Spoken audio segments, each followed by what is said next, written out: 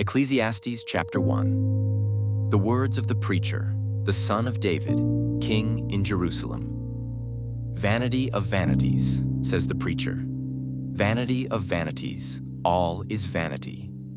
What advantage does man have in all his work, which he does under the sun?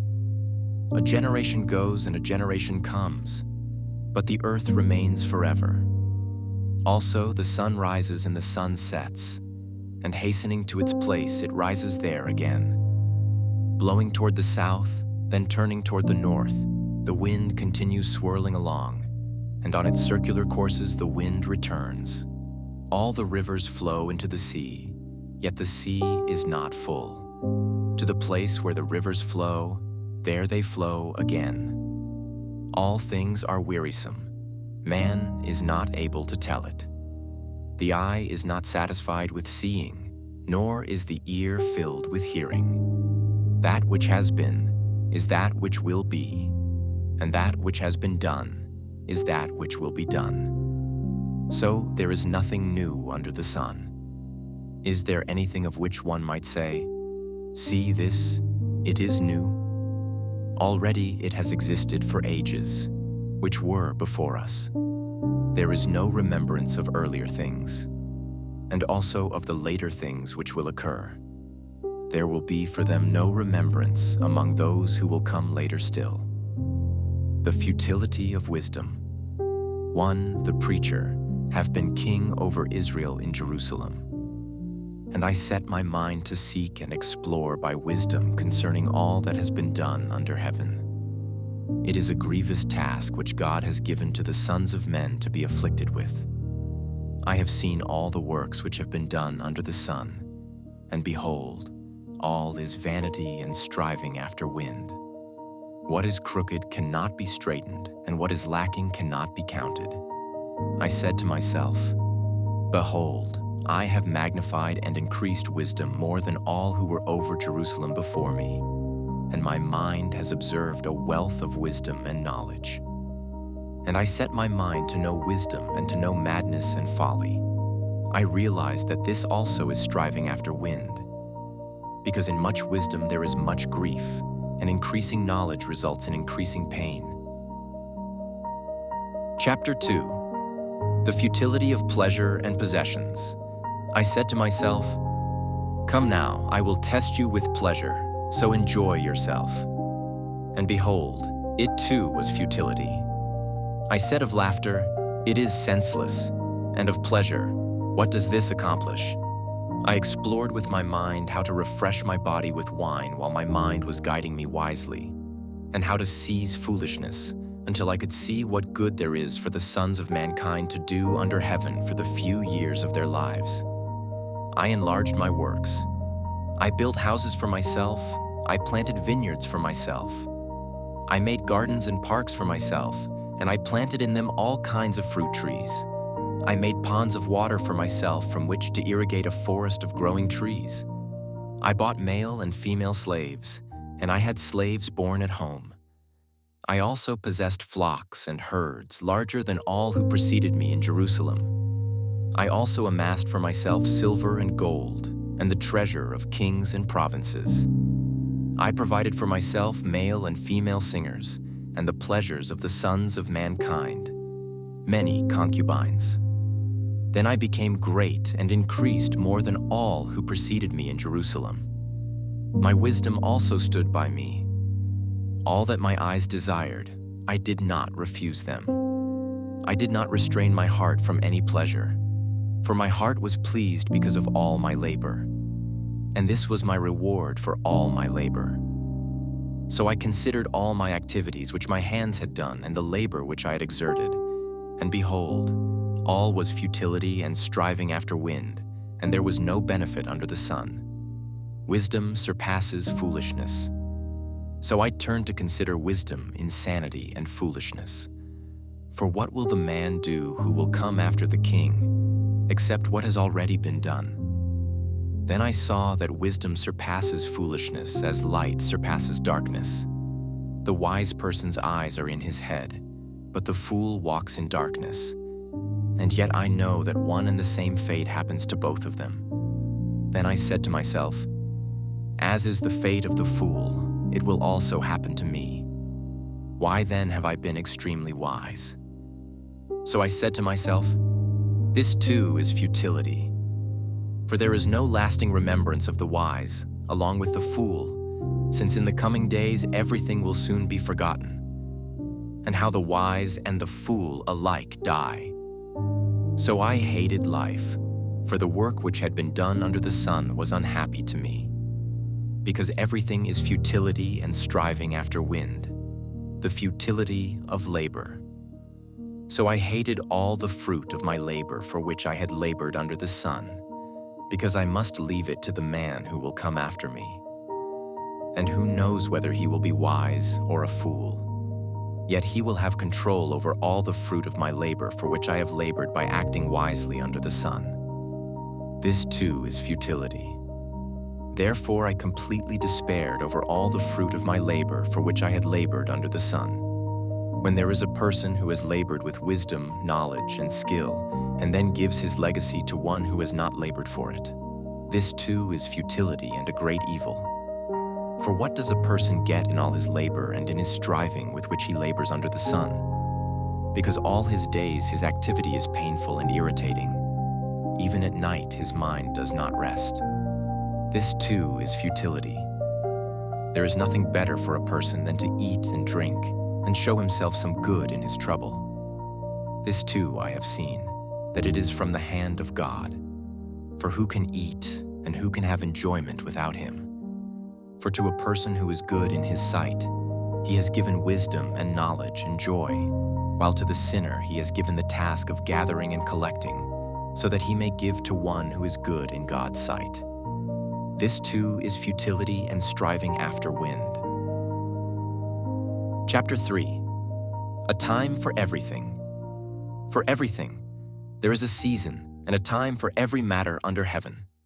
A time to be born and a time to die. A time to plant and a time to pluck up what is planted. A time to kill and a time to heal. A time to break down and a time to build up. A time to weep and a time to laugh. A time to mourn and a time to dance. A time to cast away stones and a time to gather stones together. A time to embrace and a time to refrain from embracing. A time to seek and a time to lose. A time to keep and a time to cast away. A time to tear and a time to sow. A time to keep silence and a time to speak. A time to love and a time to hate. A time for war and a time for peace. What gain has the worker from his toil? I have seen the business that God has given to the children of man to be busy with. He has made everything beautiful in its time. Also, he has put eternity into man's heart, yet so that he cannot find out what God has done from the beginning to the end. I perceived that there is nothing better for them than to be joyful and to do good as long as they live.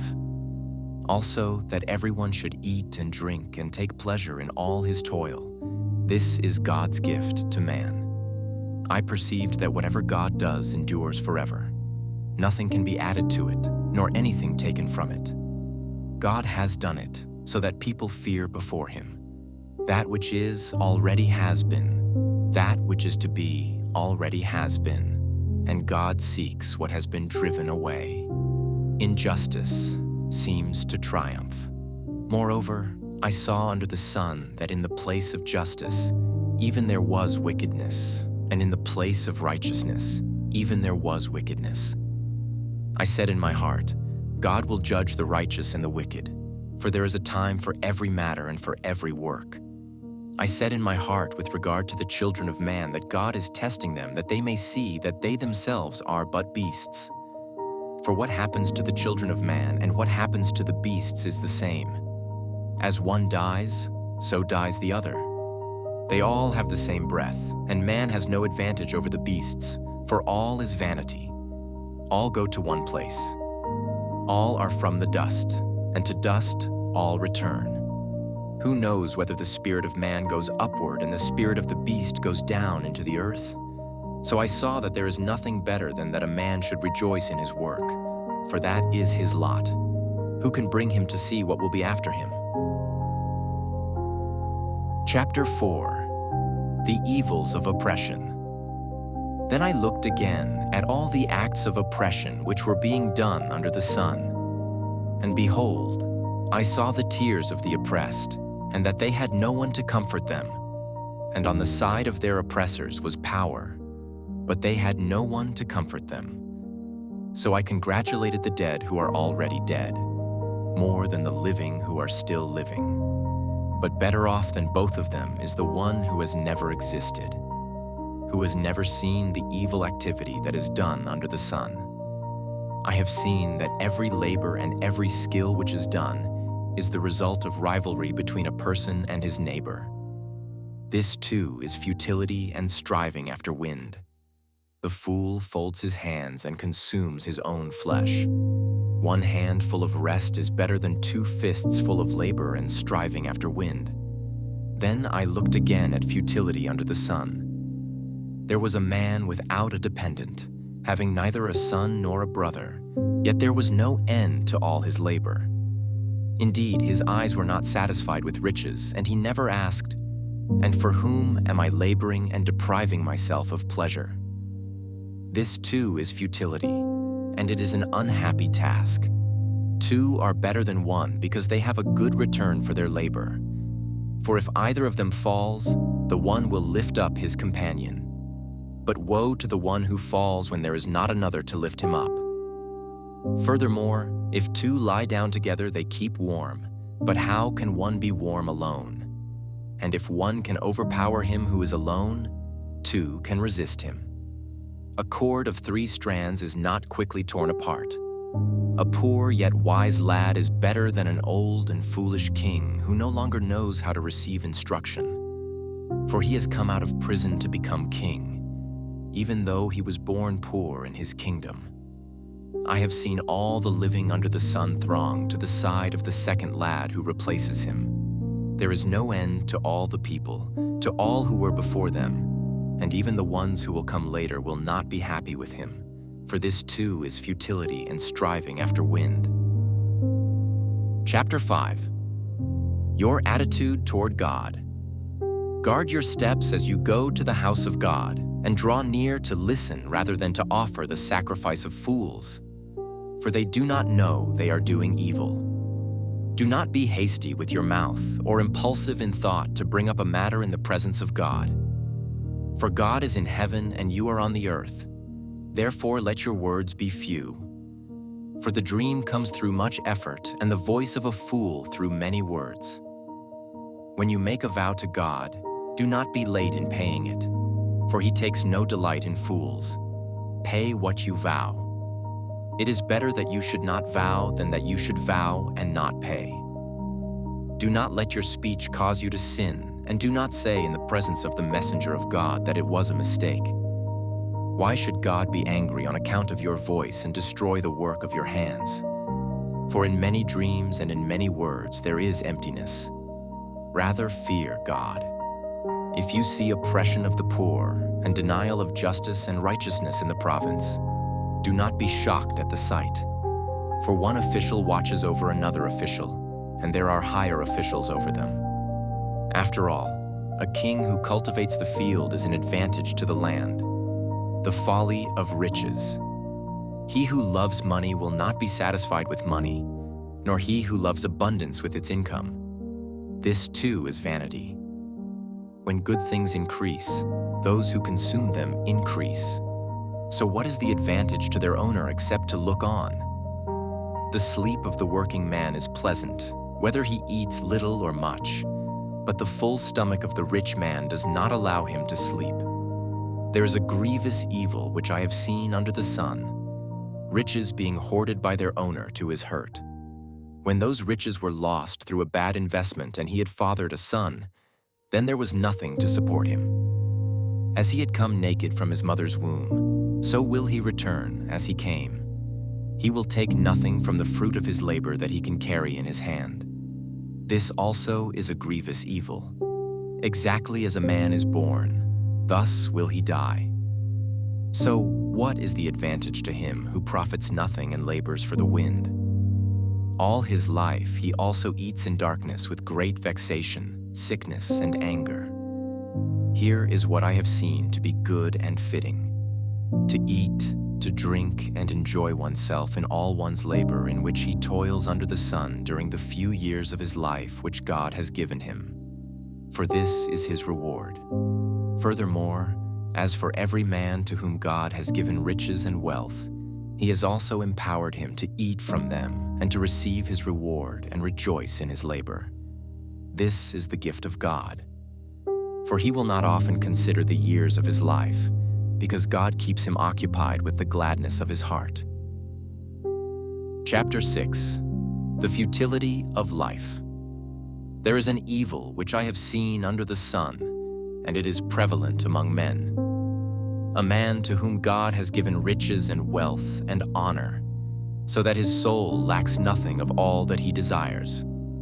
Yet God has not empowered him to eat from them, for a foreigner enjoys them. This is vanity and a severe affliction. If a man fathers 100 children and lives many years, however many they be, but his soul is not satisfied with good things, and he does not even have a proper burial, then I say, better the miscarriage than he, for it comes in futility and goes into obscurity, and its name is covered in obscurity.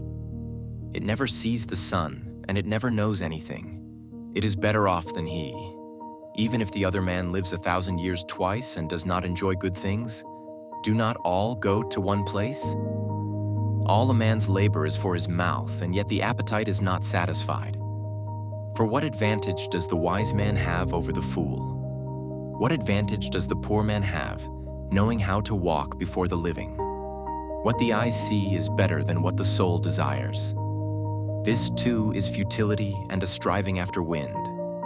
Whatever exists has already been named, and it is known what man is. For he cannot dispute with him who is stronger than he is. For there are many words which increase futility. What then is the advantage to a man? For who knows what is good for a man during his lifetime, during the few days of his futile life? He will spend them like a shadow. For who can tell a man what will be after him under the sun? Chapter 7. Wisdom and Folly. Contrasted. A good name is better than a good ointment, and the day of one's death is better than the day of one's birth.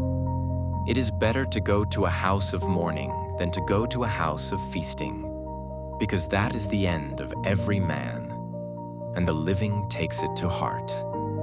Sorrow is better than laughter, for when a face is sad, a heart may be happy. The mind of the wise is in the house of mourning, while the mind of fools is in the house of pleasure. It is better to listen to the rebuke of a wise man than for one to listen to the song of fools. For as the crackling of thorn bushes under a pot, so is the laughter of the fool. And this too is futility. For oppression makes a wise man mad, and a bribe corrupts the heart. The end of a matter is better than its beginning. Patience of spirit is better than haughtiness of spirit. Do not be eager in your heart to be angry, for anger resides in the bosom of fools. Do not say, "Why is it that the former days were better than these?" For it is not from wisdom that you ask about this. Wisdom along with an inheritance is good, and an advantage to those who see the sun. For wisdom is protection, just as money is protection. But the advantage of knowledge is that wisdom preserves the lives of its possessors. Consider the work of God, for who is able to straighten what he has bent? In the day of prosperity be happy, but in the day of adversity consider. God has made the one as well as the other, so that man will not discover anything that will be after him. I have seen everything in my lifetime of futility. There is a righteous man who perishes in his righteousness, and there is a wicked man who prolongs his life in his wickedness. Do not be excessively righteous, and do not be overly wise. Why should you ruin yourself? Do not be excessively wicked, and do not be a fool. Why should you die before your time? It is good that you grasp one thing and also not let go of the other. For the one who fears God comes forth with both of them. Wisdom strengthens a wise man more than 10 rulers who are in a city. Indeed, there is not a righteous man on earth who continually does good and who never sins. Also, do not take seriously all words which are spoken, so that you will not hear your servant cursing you. For you also have realized that you likewise have cursed others many times. I tested all this with wisdom, and I said, I will be wise, but it was far from me. What has been is remote and exceedingly mysterious. Who can discover it? I directed my mind to know, to investigate, and to seek wisdom and an explanation, and to know the evil of folly and the foolishness of madness. And I discovered more bitter than death, the woman whose heart is snares and nets, whose hands are chains. One who is pleasing to God will escape from her, but the sinner will be captured by her. Behold, I have discovered this, says the preacher, adding one thing to another to find an explanation, which I am still seeking but have not found. I have found one man among 1,000, but I have not found a woman among all these. Behold, I have found only this, that God made men upright, but they have sought out many devices. Chapter 8. Obey rulers. Who is like the wise man, and who knows the interpretation of a matter? A man's wisdom illumines his face and causes his stern face to beam. I say, keep the command of the king because of the oath before God. Do not be in a hurry to leave him. Do not join in an evil matter, for he will do whatever he pleases. Since the word of the king is authoritative, who will say to him, "What are you doing?" He who keeps a royal command will experience no trouble, for a wise heart knows the proper time and procedure. For there is a proper time and procedure for every delight, though a man's trouble is heavy upon him. If no one knows what will happen, who can tell him when it will happen? No man has authority to restrain the wind with the wind, or authority over the day of death. And there is no discharge in the time of war, and evil will not deliver those who practice it. All this I have seen and applied my mind to every deed which has been done under the sun, wherein a man has exercised authority over another man to his hurt. So then, I have seen the wicked buried, those who used to go in and out from the holy place, and they are soon forgotten in the city where they did thus. This too is futility, because the sentence against an evil deed is not executed quickly.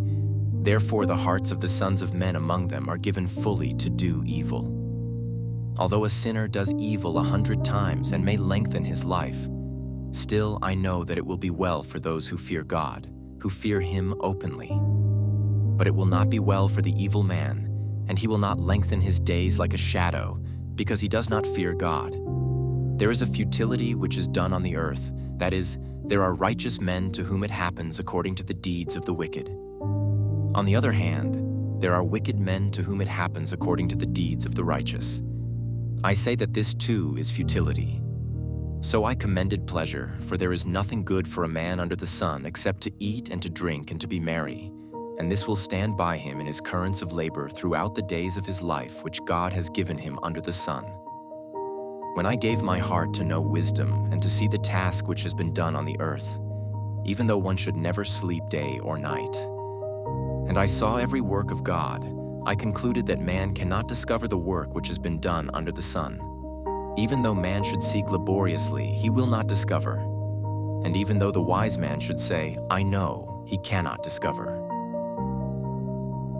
Chapter 9. Men are in the hand of God. For I have taken all this to my heart, and explain it that righteous men, wise men, and their deeds are in the hand of God. Man does not know whether it will be love or hatred. Anything awaits him. It is the same for all. There is one fate for the righteous and for the wicked, for the good, for the clean, and for the unclean, for the man who offers a sacrifice and for the one who does not sacrifice. As the good man is, so is the sinner.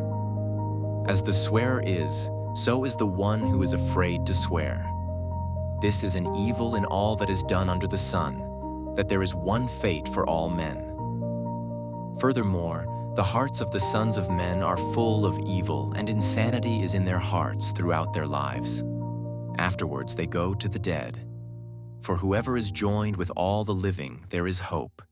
Surely a live dog is better than a dead lion. For the living know they will die, but the dead do not know anything, nor have they any longer a reward, for their memory is forgotten. Indeed, their love, their hate, and their zeal have already perished, and they will no longer have a share in all that is done under the sun. Go then, eat your bread in happiness, and drink your wine with a cheerful heart, for God has already approved your works. Let your clothes be white all the time, and let not oil be lacking on your head. Enjoy life with the woman whom you love all the days of your fleeting life which he has given to you under the sun. For this is your reward in life and in your toil in which you have labored under the sun. Whatever your hand finds to do, whatever your hand finds to do it with all your might. For there is no activity or planning or knowledge or wisdom in Sheol where you are going. I again saw under the sun that the race is not to the swift, and the battle is not to the warriors. And neither is bread to the wise, nor wealth to the discerning, nor favor to men of ability. For time and chance overtake them all. Moreover, man does not know his time. Like fish caught in a treacherous net and birds trapped in a snare, so the sons of men are ensnared at an evil time when it suddenly falls on them. Also, this I came to see as wisdom under the sun, and it impressed me. There was a small city with few men in it, and a great king came to it, surrounded it, and constructed large siege works against it. But there was found in it a poor wise man, and he delivered the city by his wisdom. Yet no one remembered that poor man. So I said, "Wisdom is better than strength." But the wisdom of the poor man is despised, and his words are not heeded. The words of the wise heard in quietness are better than the shouting of a ruler among fools. Wisdom is better than weapons of war, but one sinner destroys much good. Chapter 10.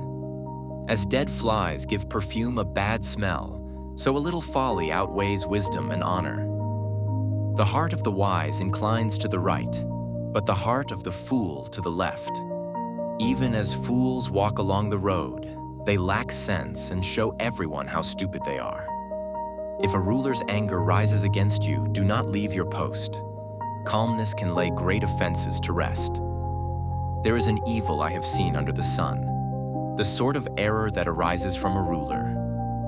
Fools are put in many high positions, while the rich occupy the low ones. I have seen slaves on horseback, while princes go on foot like slaves. Whoever digs a pit may fall into it.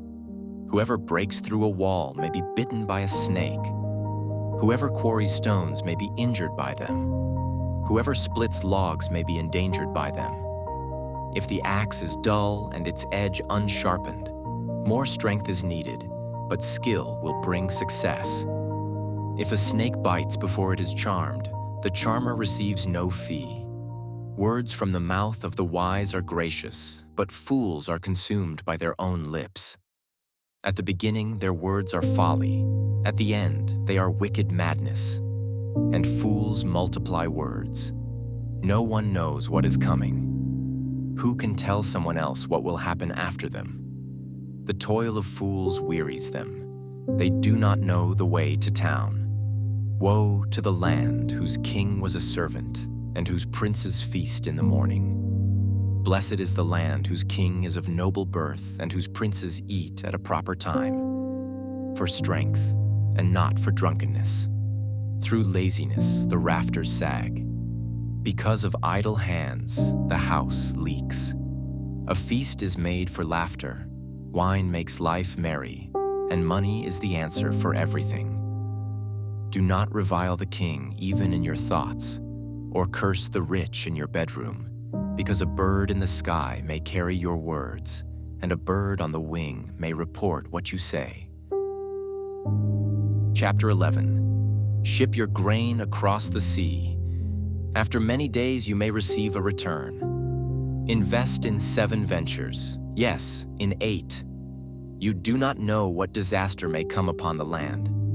If clouds are full of water, they pour rain on the earth. Whether a tree falls to the south or to the north, in the place where it falls, there it will lie.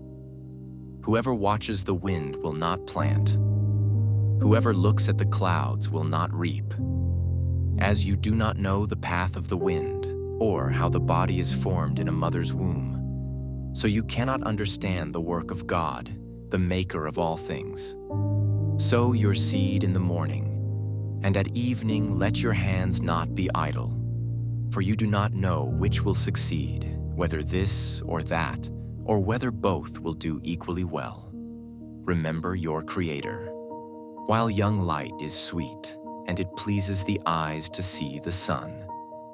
However many years anyone may live, let them enjoy them all. But let them remember the days of darkness, for there will be many. Everything to come is meaningless. You who are young, be happy while you are young, and let your heart give you joy in the days of your youth. Follow the ways of your heart and whatever your eyes see. But know that for all these things God will bring you into judgment. So then, banish anxiety from your heart and cast off the troubles of your body, for youth and vigor are meaningless. Chapter 12. Remember also your Creator in the days of your youth, before the evil days come and the years draw near when you will say, I have no delight in them.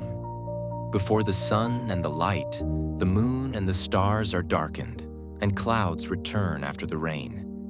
In the day that the watchmen of the house tremble and mighty men stoop, the grinding ones idle because they are few, and those who look through windows grow dim. And the doors on the street are shut as the sound of the grinding mill is low, and one will arise at the sound of the bird, and all the daughters of song will sing softly. Furthermore, men are afraid of a high place and of terrors on the road. The almond tree blossoms. The grasshopper drags himself along, and the caperberry is ineffective. For man goes to his eternal home while mourners go about in the street. Remember him before the silver cord is broken and the golden bowl is crushed. The pitcher by the well is shattered, and the wheel at the cistern is crushed. Then the dust will return to the earth as it was, and the spirit will return to God who gave it. Vanity of vanities, says the preacher. All is vanity. The conclusion of the matter. In addition to being a wise man, the preacher also taught the people knowledge, and he pondered, searched out, and arranged many proverbs. The preacher sought to find delightful words and to write words of truth correctly. The words of wise men are like goads, and masters of these collections are like well-driven nails. They are given by one shepherd. But beyond this, my son, be warned. The writing of many books is endless, and excessive devotion to books is wearying to the body. The conclusion, when all has been heard, is fear God and keep His commandments, because this applies to every person. For God will bring every act to judgment, everything which is hidden, whether it is good or evil.